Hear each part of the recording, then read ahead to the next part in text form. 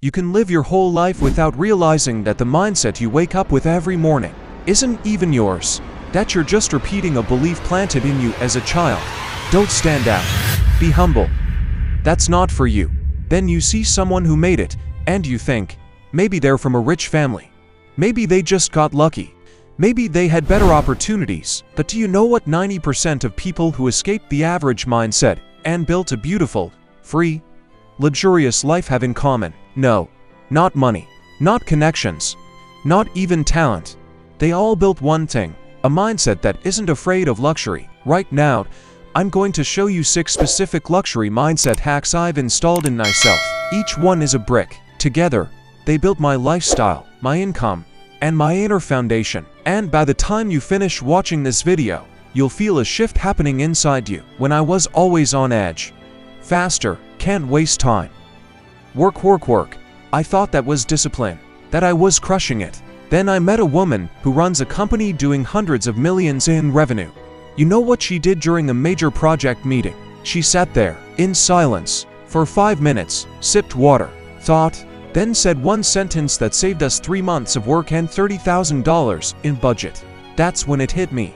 Real luxury is having time to think. Not running in circles like a stressed out squirrel, but calmly making the one move that changes everything. Rich people don't rush. They create rhythm. They don't react, they respond. And you? Are you choosing your pace? Or is chaos choosing it for you? If your mornings start with anxiety, I'm behind again, I don't know what to do first, that's not laziness. It's just that no one installed a financial mindset in you. I recorded a full video called 7 Smart Financial Habits, the habits that pulled me out of the panic and into calm control. If you want to stop leaking energy, you need to watch that next. Link is in the description and in the top part. Don't miss it, because no luxury mindset survives constant stress. It needs structure. I once watched a head chef at a fine restaurant. He was preparing a steak. No rush, no wasted movement. He paused, watched, breathed. Every motion said, I control time. Time doesn't control me. Since that day, I started practicing slow decisions, not replying instantly, not jumping into deals, not doing things just to do them. The result? I started making 10x better decisions, because when you're not rushing, you're choosing. And when you choose, you control. And when you control, you win. Have you ever noticed that the most powerful people in meetings are usually the quietest ones? I used to fill every silence. I thought silence meant weakness, but then I learned silence is control. It says, I'm not afraid of the pause, because I'm grounded. I began to use silence, in speech, in emotions, in negotiations, and magic happened. People started listening more, interrupting less. A pause is a signal. It says, I have space, I have time, and that means I have power. You can wear designer clothes, ride in business class, book ocean view suites, but if inside you feel small, insecure, constantly apologizing, people will see it. I remember walking into a meeting with a very successful entrepreneur. I had the perfect sneakers, the new iPhone, everything on point, and he showed up in a shirt with a hole in it. You know what I felt within 10 seconds? He was the king, and I was trying to prove I deserved to be there. That's when I realized, real status doesn't scream, it whispers. It's quiet, but certain. Internal status is when you walk into a room and people feel, this person is sure of themselves. That means I can trust them. Here's a simple rule. People don't react to what you say. They react to what you think about yourself while you say it. I used to walk into interviews, meetings, Zoom calls, and somewhere deep down I was thinking, I hope they like me. Guess what happened? They didn't. Then I flipped the focus. Instead of will I fit in, I asked, do they even fit me? That's not arrogance. That's the luxury of inner choice. And the moment I started coming from that space, everything shifted. People offered more, respected more, listened more. Because internal status is like Wi-Fi. You can't see it, but it transmits. And if your signal is strong, you connect with exactly who you want. You weren't born with it. This isn't natural confidence. It's a skill. Every time you keep your back straight, you build status. Every time you don't explain yourself, you build status. Every time you say no to what doesn't serve you, you build status. And yes, in the beginning, you'll be shaking inside. I've been there, but here's the secret. Act like someone with high status. and your status will catch up. That's the luxury, behaving like you already belong at the next level and rising into it step by step. I used to think saving money was power. If I don't spend, I win. Until I saw a businessman order a coffee he didn't even drink. He just sat, made a call, and left. I asked him, "Why'd you buy that if you didn't want it?" He said, "I'm not buying coffee, I'm buying space where I think clearly." That moment changed everything. Abundant thinking means you don't see money as a scarce resource. You see it as a tool for creation. Poor thinking says, "If I spend, I lose." Rich thinking says, "If I invest in growth, I gain." That's the difference. I'm not saying spend on everything, but the biggest leaps I've made came right after bold investments. I bought a course when I had $7 left. I traveled to another city just to attend one networking event. I hired a mentor when my brain was screaming, "This is crazy." And every time, the return was 10x. Because money is energy. If you hold it, it stagnates. If you move it, it grows. That's luxury, not contracting when you're scared, but expanding when it matters. Generosity doesn't mean giving everything. Generosity is the energy of "I have enough." You can be generous with your attention, your time, your ideas, your smile, and suddenly, everything starts coming back to you. Money, people, opportunities. Because the universe isn't an accountant. It doesn't count pennies. It responds to your state. Act from fear, and you lose. Act from creation, and you win. What's the real secret? Start thinking like a rich person before you become rich. You made it to the end. Now let me ask you one hard question. Do you actually want to change how you think? Or will this video just become another little motivation hit? Because these 6 mindset shifts, they're not tricks. They're keys to a life where you don't survive, you lead. Where you don't fear, you choose. But here's the trap I know from experience. You can install any mindset hack you want, but if your financial behavior is on autopilot, you'll still be stressed. That constant background anxiety, to procrastination, the "I'm wasting money again" spiral. That's all a sign you're missing the financial core of your thinking. That's why I made a video called 7 Smart Financial Habits. It's what pulled me out of chaos and gave me calm, clear confidence. Link is in the description and the card above. Watch it next, because a luxury mindset can't survive on anxiety.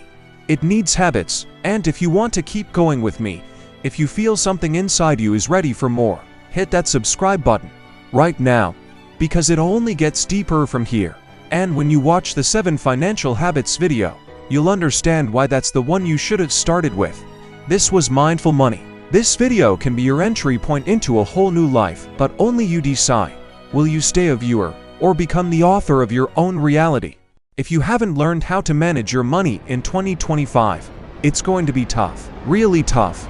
Not because of inflation, not because of the government, but because algorithms, brands, and marketing have gotten smarter than you. They know exactly what to offer you, when, at what price, and with which first-month bonus. And if you don't develop simple financial habits, your money will leak away every day, without resistance, without regrets, just disappear. Want to live differently? Here's where to start.